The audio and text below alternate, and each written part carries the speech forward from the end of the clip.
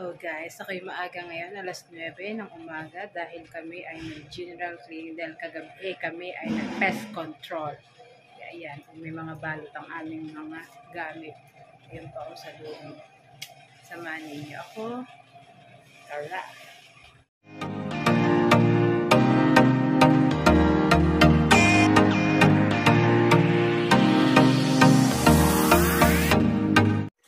At ready tayo umpisahin natin muna ay magwalis. Bali, araw-araw namin naman ito ginagawa kaya wala nang problema. Kumbaga basic na. Wawalis muna tayo ng ating sahig para malinis. Siyempre, di ba kapag tayo naglilinis, inuuna naman talaga natin magwalis. Tapos magwawalis na lang ulit pagkatapos. Para kumbaga komportabling gumalaw, walang nung naaapakan. Ayan.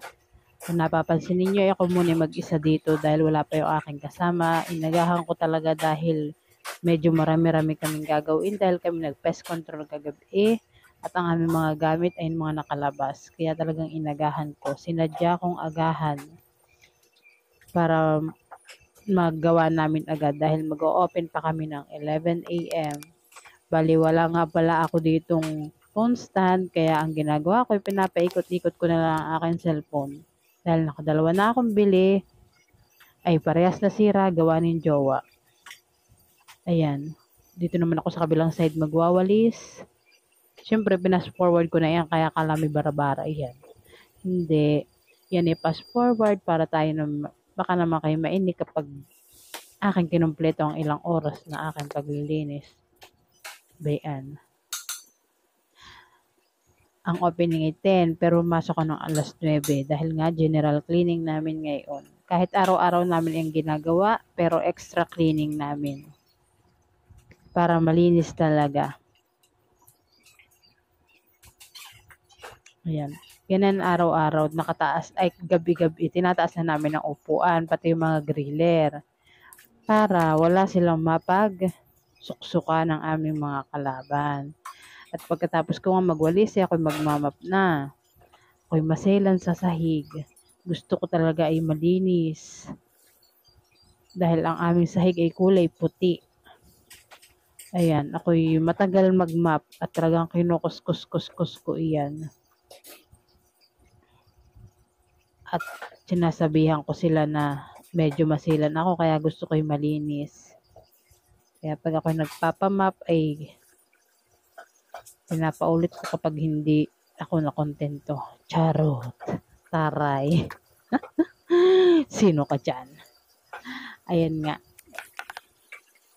Ay, di ba ga? Napapansin ninyo, iniikot-ikot ko lang ang cellphone at wala akong phone stand. Wala rin akong mapaglagyan. Kaya pinaglalagyan ko yung mga nakataas na upuan. Doon ko sinasandal ang aking cellphone. At ako nga pala bumili na sa online shop. At 64 pesos laang dahil tayo wala pang pambili ay tayo muna magtiyaga sa mga mumurahin. Hindi ko alam kung yun ay may ilaw. Ayan. Kaya kahit kasulok-sulukan ay talagang aking inuud-ud. Dahil kulay puti ang aming sahig, sabi ko nga, ayoko nang may bakat-bakat. At ayoko rin magka-tuklap-tuklap ang aming sahig. Kaya dito naman ako sa kabilang side. Ayan. Pagkatapos, akin nga pala ulit winalis. Gawa ng yung halaman namin ay laglag ang mga lupa. Ayan, nagmap ulit ako. Diba ga? Kami ay all around dito. Lahat ng klaseng trabaho ay aming ginagawa. Kaya kami walang pinipili kahit ano ka pa. Kaya kung gusto mong umunlad, matutong alamin kung ano mga dapat gawin. Dahil hindi lang dapat nakapokus sa isang bagay. Dahil kapag nakapokus ka sa isang bagay, hindi ka aasenso, hindi ka uunlad. Dahil yun lang alam mo, hindi ka nagtatanong kung ano dapat gawin. Kaya kung marunong ka magtanong, uunlad. Kung naku-curious ka sa isang bagay, uunlad ka dahil gusto mong gawin, iyon ay gusto mong gawin. Ayan. Kaya ako, hanggang ngayon, taga-map. Taga-map pa din. Pwede. At ano pa baga ang aking ginagawa? Syempre, at ako'y naglalaban na siguro na ito ng map. Kaya antayin na lang ninyo ulit akong lumabas at talaga ko walang phone stand. Ayan, at pagkatapos naman namin mag-map, binaba na namin ang aking kasama ang mga upuan. Hindi ang griller, upuan muna dahil pupunasin pa ang griller bago ibaba. Dumating na nga pala siya na yan. Kaya yan, inutusan ko na siya kung anong dapat niyang gawin. Tapos ako na lang magpupunas ka ako para mas mabilis kaysa yung paras kami magpupunas. Mas matagal, ayan. Bali, araw-araw nga namin itong ginagawa. Magpunas ng dingding, lamesa, upuan, at griller. Ayan, binaba ko na. Nakita na yung nakababa ng griller. Binaba ko na iyan. Ako narito sa kabilang sulok dahil pinupunasan ko yung mga dingding. Ganyan po ako kaarte. Gusto ko ipunas lahat tuwing umaga. Kaya sinasabihan ko mga opening na punasin lahat. Punasin lahat ng mga dapat punasin dahil para walang musot na kalaban. Ito na yung mga kalaban. Ayan. Upuan, lamesa, griller, pati ang hood ng exhaust. Pinupunasan din namin yan araw-araw. Dahil sinasabihan ko sila na pag di mo pinunasan iyan, alikabok, mamantika. Kaya kailangan pupunasan iyan araw-araw. Kahit wala nagluluto, pupunasan mo iyan. Dahil sabi ko nga, ako ay maselan. Maarte ako pagdating sa trabaho. Gusto ko ay pulido. Pero syempre, minsan ako tinatamad din. Eh di, iutos natin, charot. Ay, bayon. Dito naman ako sa kabilang side. Ayan, pinupunasan ko ganyan. Yung ginagawa ko sa griller, pinupunasan ko iyan. Hindi nahagip yung ilalim, han eh. Pero pinunasan ko yung ilalim na iyon. Lahat yan ay pinupunasan ng gilid-gilid. Dahil marami sila. Kapag hindi mo yung pinunasan ay yukat pag may kumakain. Yung mga talsik-talsik, syempre nakapunta sa ilalim. Kaya kailangan mo talagang punasan yung ilalim. Para wala silang maamoy.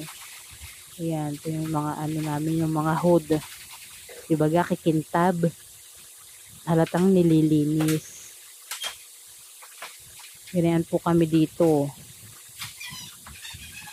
Lahat ay pupunasan para maayos lahat. Dahil po, ako ay maarte. At pwede na nga ako sa kabila. Dito na ako sa bar maglilinis. Bali, naunahan ko na linisin yung taas na divider. Pinunasan ko na po iyan, pati mga bote isa-isa. Bali, dito na nga ako sa second floor. Charot. Sa first floor na iyan. Dalawang floor. Iyan ay. Ayan. Isa-isa ko din iyan. Pero hindi ko iyan agad natapos. Kaya kinabukasan ko na yung iba ginawa. Pero simple na lang naman iyan eh. Ako lang naman nag-impis ng mga papel-papel. Ayan. Binabalik ko na isa-isa sa dati niyang pwesto. Para maayos. Tingnan. Ay, awan ko nga baga. Ako ay masipag pagdating sa trabaho. Pero pag sa bahay, ay at day off ako gusto ko nakahilata. Siyempre nakakapagod. Pero pag po sa bahay namin ay hindi. Siyempre. Dito lang, pag narito lang ako sa bahay, gusto ko nakahila. Kahit yata ako humiga maghapon, ay ari lang sa akin. At hindi kumain, ay ari lang din sa akin. Pag day off. Kaya huwag niyo kang hahamunin na hindi kakain isang araw. Pag day off, at ako'y kayang-kaya lang.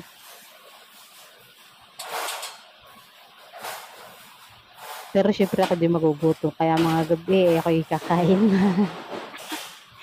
Mga araw lang ako kaya hindi kumain. Paggabi tsaka doon ako kakain. Para isang kainan na lang. Di ba tipid? Lalo na ngayon, mahal ang mga bilihin. Hindi kaya ng budget. Kailangan natin magtipid at naku, sa sobrang mahal. Yung 1,000 mo, bariya na laang. Tumabas ka at ubos agad. So, yan na yun na, alam na. Diba ga? Dahil kailangan natin kumayod para magkapera, by day tayo naglilinis. Pero syempre, gusto ko ito eh. Gusto ko nga yung ganito. Mas gusto ko yung ganito.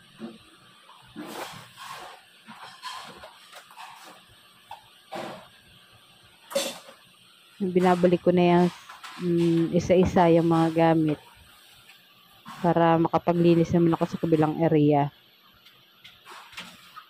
Ayan, yung aming thermos na maganda.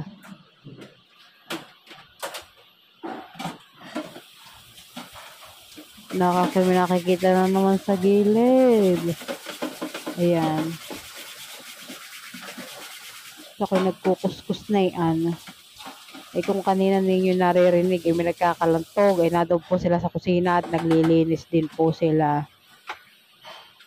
Kaya lahat kami dito ay naglilinis, kami ay bali 5. 2 sa loob, 2 kami rito sa labas.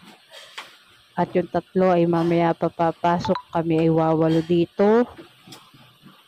Kaya talagang hindi pwede kami magsabay-sabay naman. Kayang-kaya naman kahit kami dadalawa. At yung 3 doon sa loob ay kaya lang din. Dibaga, pagaling namin. Ayan. Basta masisipag ay walang problema. Basta masipag ang mga kasama mo kahit kay kakaunti. Kasi maraming tamad naman ay useless. At least may mga kusa. Yan lang naman ang gusto ko, yung may kusa. Yung hindi uutusan. At ayoko na nag-uutos at nakakapagod din magsalita.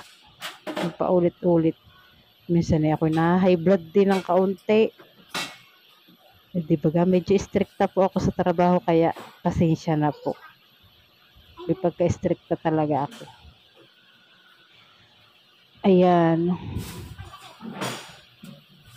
Nalabas ng kaunti kahit gusto kong magpakabait ay minsan ay nalabas talaga ng kaunti.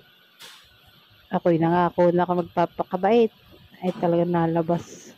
Hindi ko mapigilan. Pero salamat sa inyong lahat. Hanggang dito na lang.